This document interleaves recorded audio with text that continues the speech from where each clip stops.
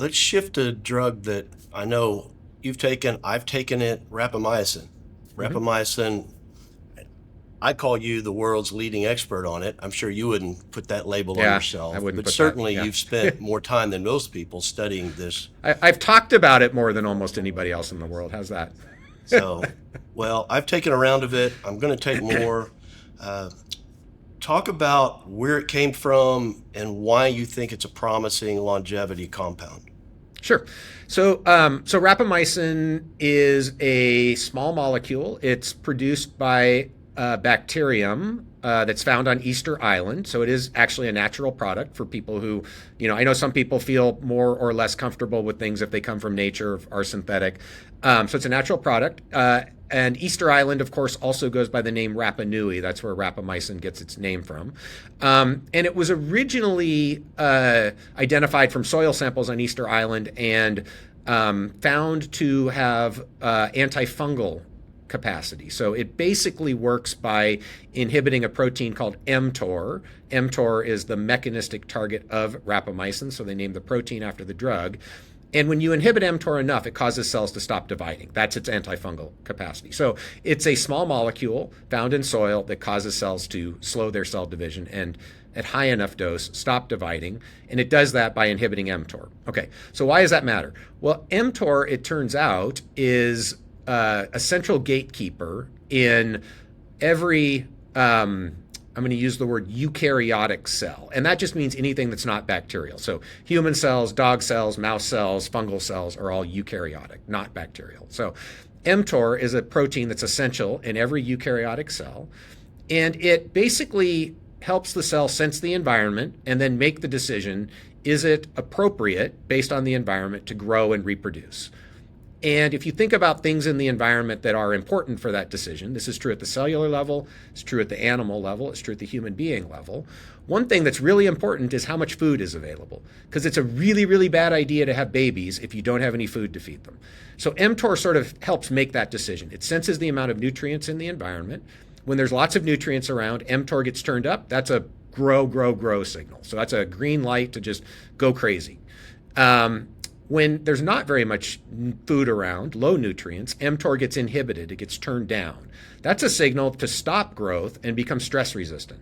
And rapamycin, as an inhibitor of mTOR, kind of tricks the cell or the organism into thinking there's not very much food around. That turns down growth, promotes stress resistance, and as a byproduct of that low growth, stress resistant state, seems to cause the cell and the entire organism to age more slowly. So what is the evidence that it's actually causing animals to age more slowly? We can give rapamycin to yeast, to worms, to fruit flies, to mice, to rats, even to non-human primates and marmosets, and they live longer.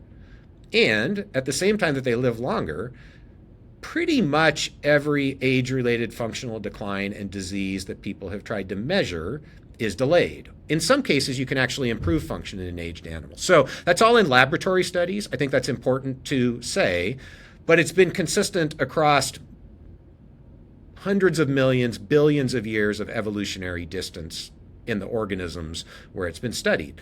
So it gives us at least a reasonable speculation that it probably is going to slow aging in humans or in companion animals. And so that's kind of the point that we're at right now. I don't think anybody who's informed would argue with the statement that rapamycin slows aging, increases lifespan, broadly improves health span metrics in laboratory animals. What we don't know yet is how well is that going to translate to the real world. And so we have some arrows pointing directionally suggesting that it probably does, but we don't know with 100% certainty.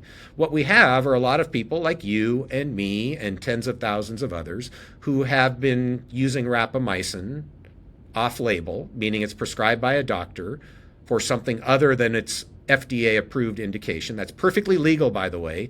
Any FDA-approved drug can be prescribed off-label by any physician, with the hope that it will improve some aspect of health span. And we can get into, if you want to, the various pieces of evidence for different types of conditions where rapamycin seems more or less effective in people. I think where I would sum it for now is to say that Rapamycin use off-label seems to be pretty safe. So the side effect profile for healthy people who are using rapamycin off-label seems to be really good.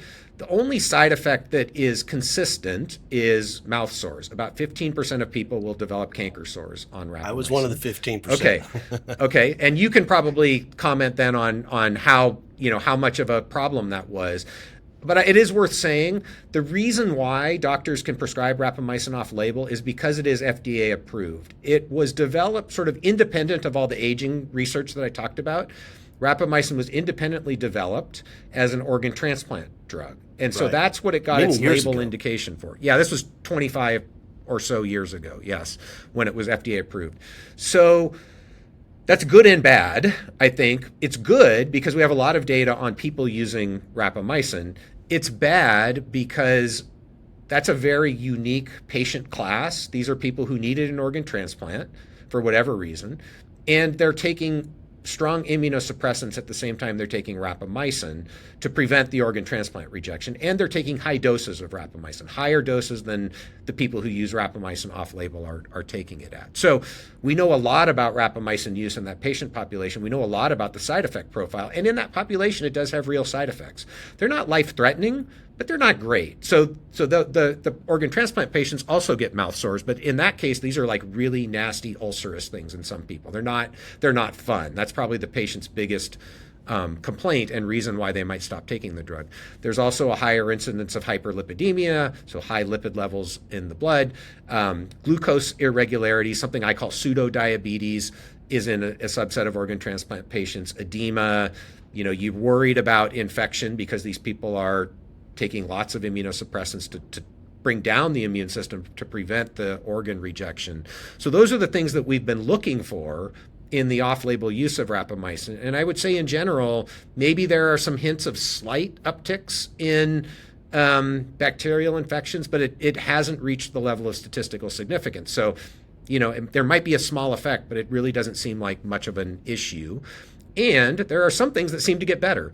So I think we're in this really interesting time where for the people who really know the data, most of us gravitate towards the idea that net, for at least a substantial number of people, rapamycin use off-label has some significant benefits.